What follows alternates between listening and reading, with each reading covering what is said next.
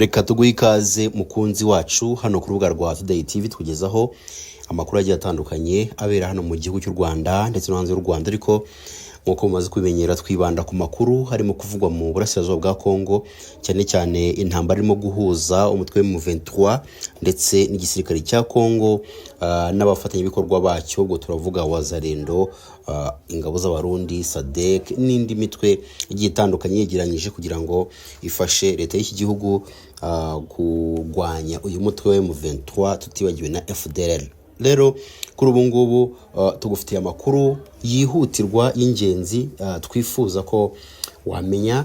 Icya mbere turi bugendereho cyangwa se amakuru ya mbere turi bushingireho no kuvuga ko Kizza Besigye hari inkuru ibabaje cyane kuri we. Kuri ubu ngubu yamaze gutabwa muri cyangwa se yamaze kuri irengero, reka ariko iryo jambo dukoresha, kuko ubu ngubu umuryango we ndetse n'inshuti ntago bazi aherereye. Murabizi ko n'umugabo wakunze kugaragara muri politiki ya Uganda arwanya umutwe arwanya leta, arwanya ubutegetsi bwa Perezida Yoweri Kaguta Museveni.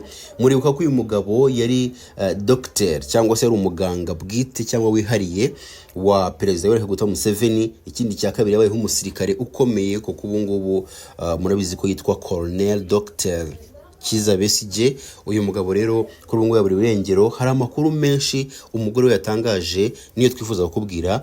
Reka mbere ko tukubwire iyi nkuru, reka tukubwire ko nanone muri RDC habaye ikibazo gikomeye cyane nyuma y'uko u Rwanda ruhawe inkunga ya miliyoni 20 z'amayero zo gufasha iki gisirikare cy'u Rwanda mu kurwanya ibyihebe muri Cabo Delgado, ubwo turavuga muri Mozambique. Ni amakuru twifuza kubakiraho, tunababwira byinshi cyane bikubiye mu makuru yazindutse avuga kuri uyu munsi tariki 20 z'ukwezi kwa 11 2024.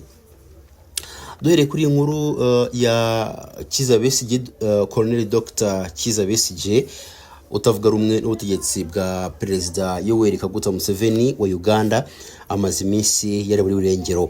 Amakuru avuga ko uyu mugabo yaburiwe irengero i Nairobi muri Kenya, aho yari yagiye ku wa gatandatu w'icyumweru gishize kwitabira igikorwa cyo kumurika igitabo. Hagati aho umugore w'uyu mugabo wahoze ari umusirikare akanaba umuganga bwite wa Perezida Yoweri Kaguta Museveni yashinje leta y'iki gihugu kuba yaramushimuse mbere yo kujya kumufungira muri imwe muri gereza za gisirikare muri Uganda. Winnie Byanyima anyujije ku rubuga rwe rwa X yagize ati, ndasaba guverinoma ya Uganda guhita irekura umugabo wanjye Dr Kizza Besigye aho imufungiye hose. Yakomeje agira ati, yashimutiwe i Nairobi ku wa gatandatu w'icyumweru gishize, aho yari yitabiriye igikorwa cyo kumurika igitabo cya Martha Karua. Kuri ubu mfite amakuru yizewe yuko ari muri gereza ya gisirikare i Kampala. Kugeza ubu ntacyo leta ya Uganda iratangaza ku bivugwa n'umuryango wa Colonel Besigye, ndetse impamvu yaba yaratawe muri yombi nayo ntabwo iramenyekana. Hagati aho umugore bavuga ko nta mpamvu yatuma afungirwa muri gereza ya gisirikare kuko atakiri umusirikare, agasaba ko nk'umuryango we ndetse n'abamwunganira mu mategeko bakwemererwa kumubona. Colonel Dr Kizza Besigye ni umwe mu bafite ijambo rikomeye muri politiki ya Uganda, ndetse yahatanye mu matora na Perezida Yoweri Kaguta Museveni, ariko birangira atabonye amahirwe yo kumushyigura ku butegetsi. Urugendo rwa Besigye nk'umunyapolitiki kandi rwakunze kurangwa no gufungwa bya hato na hato, ariko akagenda arekurwa. Dukomeje no mu yandi makuru yo muri RDC, na makuru yazindutse avugwa nanone avuga ko guverinoma ya RDC cyangwa ya Repubulika ya Demokarasi ya Kongo yababajwe n'inkunga umuryango w'ubumwe bw'Uburayi European Union wemereye ingabo z'u Rwanda ziri mu butumwa bw'amahoro mu ntara ya Cabo Delgado muri Mozambique. Iyi nkunga ya miliyoni 20 z'amayero yemejwe n'abaminisitiri w'ububanyi n'amahanga b'ibihugu bigize European Union ubwo bahuriraga mu nama i Brussels mu Bubiligi kuri wa 18 Ugushyingo 2024. European Union yagize iti uyu munsi inama yemeje gutanga inyongera ya miliyoni 20 z'amayero yiyongera ku bufasha bwari busanzwe binyuze mu kigega European Peace Facility mu gukomeza gushyigikira ubutumwa bw'ingabo z'u Rwanda mu ntara ya Cabo Delgado muri Mozambique. Igitekerezo cyo guha ingabo z'u Rwanda iyi nkunga cyaje muri Werurwe 2024, ariko ibihugu birimo Ububiligi byagerageje kugikumira bushinja cyangwa se bushingiye ku birego byinshi u Rwanda rufite rwo gufasha umutwe witwaje intwaro wa M23 urwanya leta ya RDC.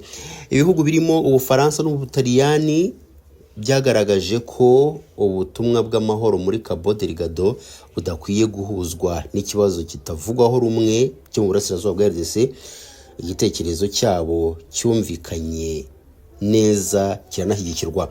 Minisitiri w'Ububanyi n'Amahanga wa RDC kuri uyu wa 19 Ugushyingo 2024 yatangaje ko nubwo iyi nkunga yemejwe hari ibimenyetso bigaragaza ko u Rwanda ari gashoza ntambara kandi ngo rwarenze ku mahame ya Loni. N'amagambo iyi ministeri inashingiraho n'ibirego bya guverinoma ya RDC byo gufasha M23, ibyo guverinoma y'u Rwanda yabihakanye kenshi igaragaza ko bidafite ishingiro kandi ko biri muri gahunda y'ubutegetsi bwa RDC yo gusunikira amakosa n'ibibazo ku bandi.